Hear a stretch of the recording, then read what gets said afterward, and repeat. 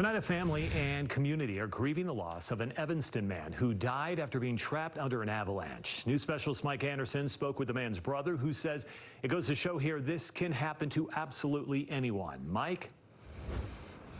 Yeah, Mike, Trevor Harmon and his half-brother Scott Wright, he says they practically grew up on snowmobiles. They had a lot of time in the backcountry, more than a lot of people, and right now many folks are devastated that Scott Wright did not make it back.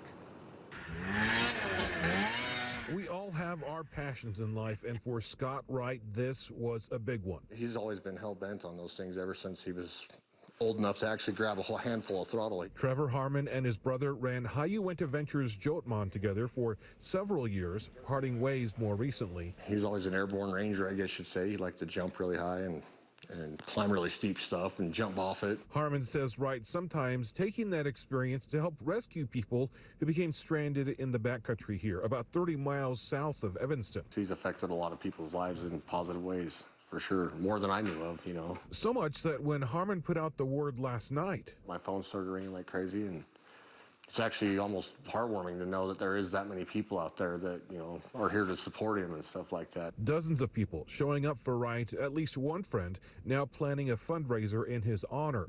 The details are still being worked out. We grew up kind of apart over the last few years, so I can't really say too much about it, but yeah, he's definitely touched a lot of people, man, in ways that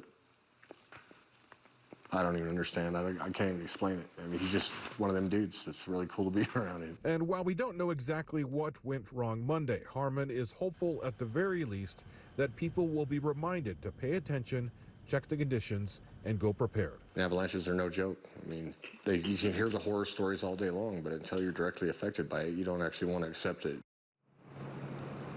And search and rescue crews from Cache, Rich, and Weber counties all responded, but ultimately it took about nearly 4 hours since the avalanche to find Wright out there. And some friends of his who retrieved his snowmobile today tell me that the snow out there was several feet deep. Back to you. All right, Mike Anderson live tonight. Mike, thank you.